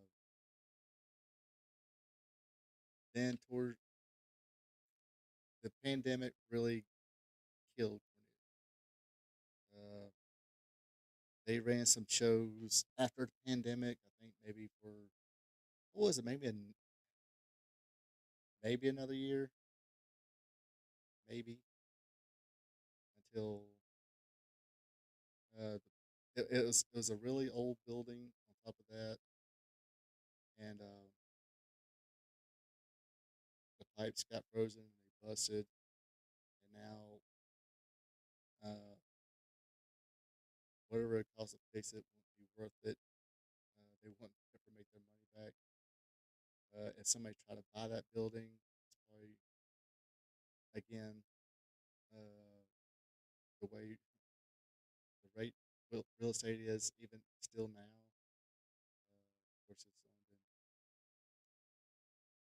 only been probably again not sure it's going to be worth buying and fixing and trying to rush shows in because it is an old building. You don't know what's going to fall down or fall apart next.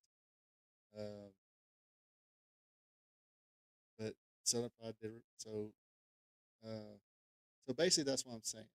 Uh, you know, Meltzer was a bigger fan of Japanese stuff, so therefore he's going to rate the Japanese stuff higher than American promotions.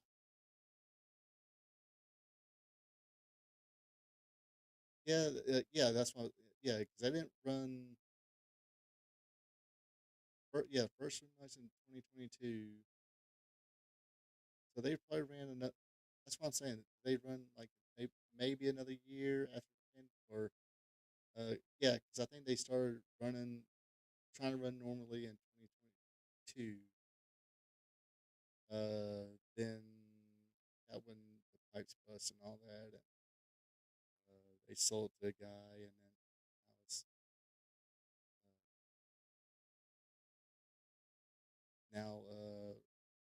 Wrestling Entertainment owns it now.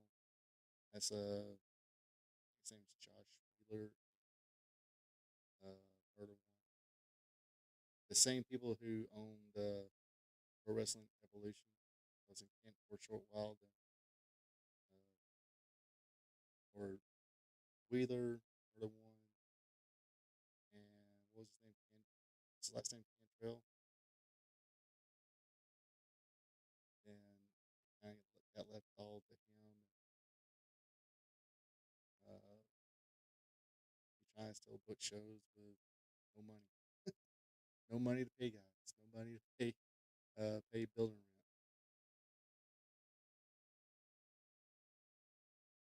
Georgia Wrestling Promotions.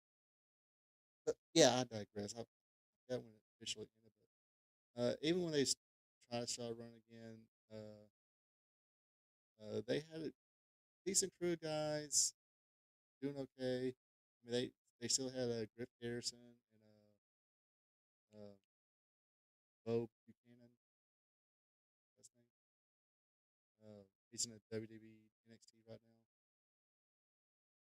But Griff and Buchanan was in Southern Fried as well. Uh, but Southern Fried, it did get around 2022. You can argue. I mean, I didn't go to every indie promotion in Georgia. But as far as the two, Southern Fried was starting to eclipse over Anarchy. So therefore, at that time, I probably would have around 2022, I would have put more 5-star ratings on Southern Fried shows than I would Anarchy shows. So basically, that's what I'm saying. That's the comparison I'm trying to get. Apparently, I'm guessing Meltzer is a bigger fan of Japan, especially at that time, than he was.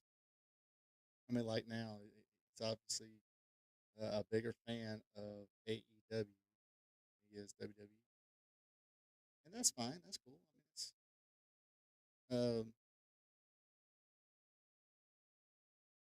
I mean, I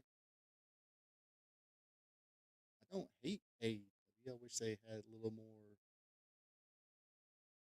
better organization, better because obviously something's not working right. Somebody's already looking in the books and seeing the money. That's why they're running now. That's why now they're running shows in smaller places. Uh, the Gateway Center in College Park, 8 to 10,000 people at most. It's full capacity for that place. So you got to understand, the way they set up the stage and everything else. So you looking at maybe 27,000 to 9,000 people, maybe. Uh, when we were seeing Collision in Athens, Georgia, same thing. I think max capacity is like 8,000, somewhere between 8 to 9,000.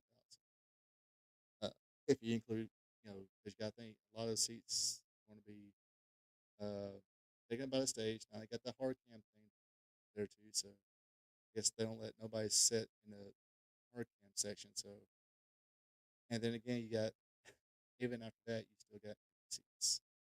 So somebody's looking in the books and seeing how much money this AEW thing is making, and obviously it's not making enough. Where now, please, if anybody does know, let me know. They probably cannot run State Farm Arena because maybe WWE has a contract with them. I get it. State Farm Arena, I think, is 15,000 people. No, I looked it up one. I've been on the Gas South Arena. I think it's like 13,000 maybe. Let's get the Google machine out real quick.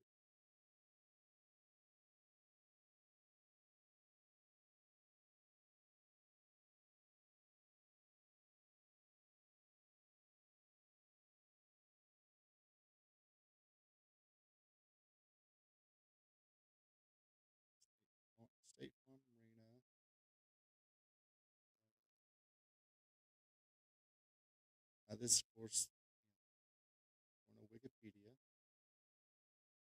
It seats.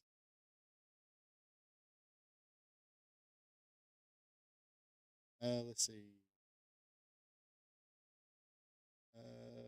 Let's see. Basketball now, 16,600 people, according to Wikipedia. Hockey, uh, when they had hockey, 18,000 concerts, 21,000 plus. So State Farm easily 17 to, let's say 17 to 20,000 people. Just depends on how much seats they take up with the stage and everything else. S-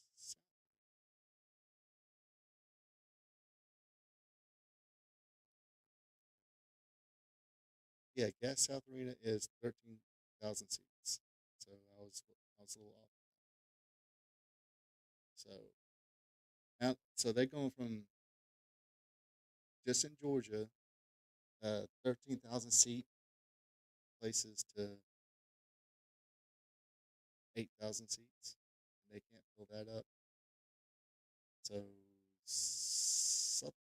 something's got to change. Uh, I think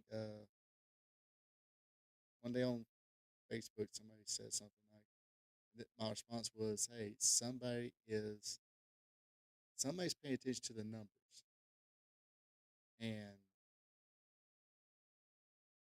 that's the reason they went from again 13,000 seat to 8,000 seat places. Still not able to fill up the seats.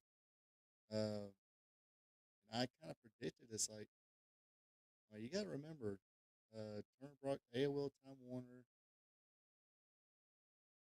WCW Nitro, WCW Wrestling Across the Board was drawing high ratings. And we're talking millions of people still was still tuning into Nitro. Now it's getting its ass kicked by Raw, but um, but even with millions of people still watching number one show on TNT, they pulled the plug. I mean, not only did they sell it, they they uh they canceled their pro. I mean, somebody could have easily, if they had a still had a show on WTBS at the play, somebody could have bought it and still had you know had a station, but it didn't work out that way. They wound up canceling it. And that's one of the reasons it got sold to Vince McMahon for pretty cheap. Um, but uh, but we're talking 600,000 people roughly, probably average for Dynamite. Now they're on Max as well. They haven't released as of right now. It's I checked last week. Even though Max has said, "Oh, they're doing great," they still haven't released numbers.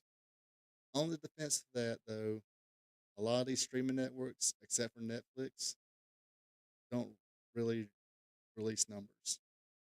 Uh, that's because Netflix is like, it's as far as these streaming channels, there's Netflix, there's everybody else. Uh, Everybody else is fighting for number two.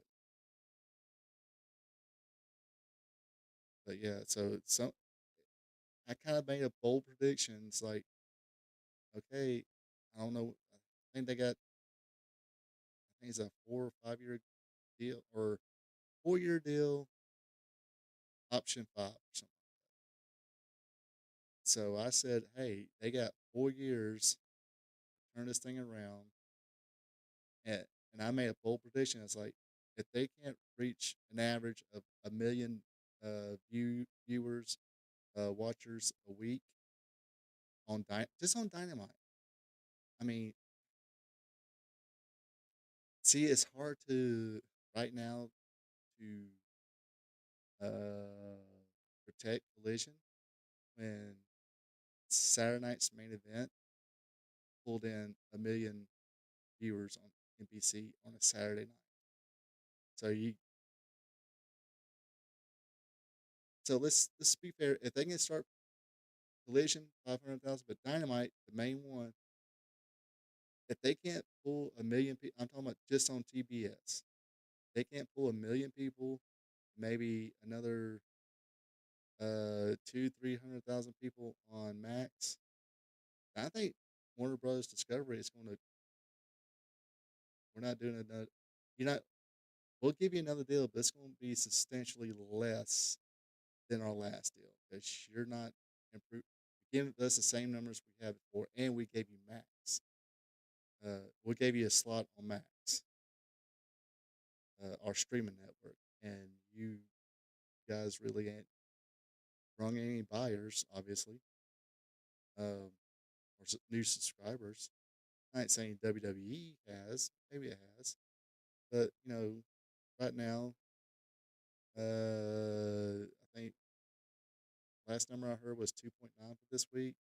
That's only 100. I mean, they started off high. Was it 4 million people, 5 million people? Okay, they weren't going to sustain that 5 million people. So I think it's going.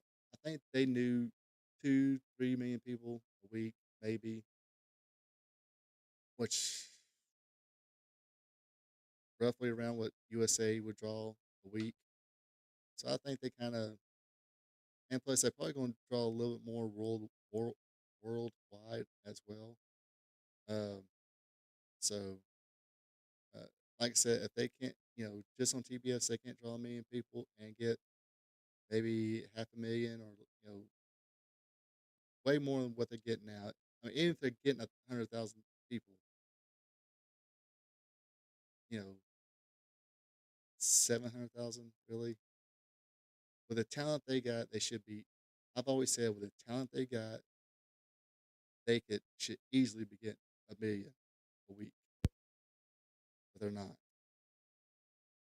I don't think they got 1 million since CM Punk. But I think if they sustain this same number, and I think WB Discovery is up for sale anyway.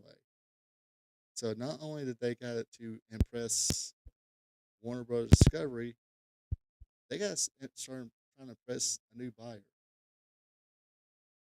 If that new buyer comes in and say, here's our offer right now, which you'll notice is substantially less. If you don't like it, you just going to have to shop around somewhere else. Maybe somebody will give you the money you want. Um, maybe not. I can also possibly see some of these high-dollar contracts, like Mercedes Monet, Copeland, B. Will Ospreay. These guys are supposed to elevate the company to the next level. They're not. They get paid a good chunk of change to do so, and they're not. Somebody's gonna say it's like,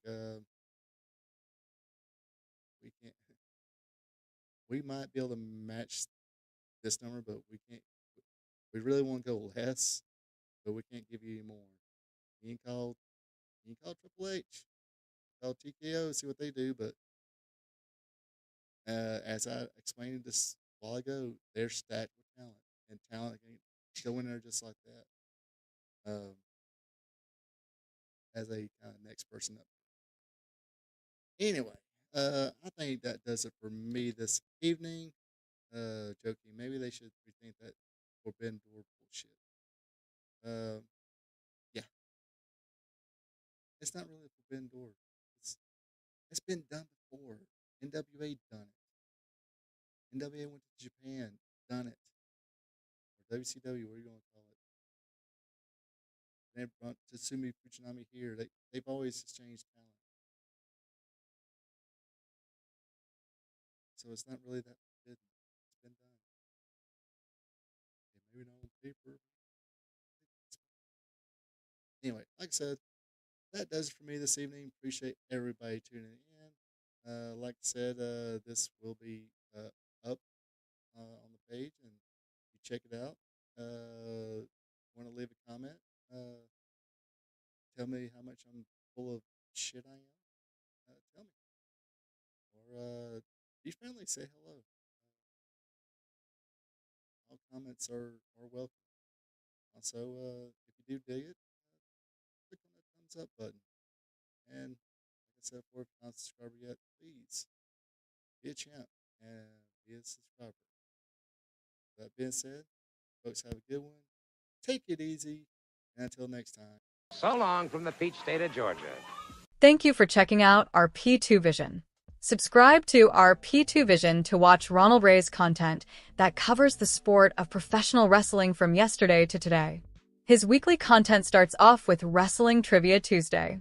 Every Tuesday, Ronald Ray asks 5 questions about the sport of professional wrestling. So tune in and have some fun. Then it's WWE Monday Night Raw recaps, where he recaps all the action from the Raw brand. Ronald Ray also does an AEW Dynamite recap show where he recaps and has fun doing it. Do you like live streams? Well, join Ronald Ray live on Spot Show Livestream, where he discusses current wrestling. Join the chat and have fun.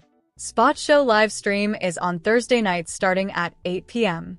If current pro wrestling isn't your thing, like all wrestling past and present, or you're a new fan and want to hear how things were back in the day, then tune in to Wrestling Gold Friday night, where Ronald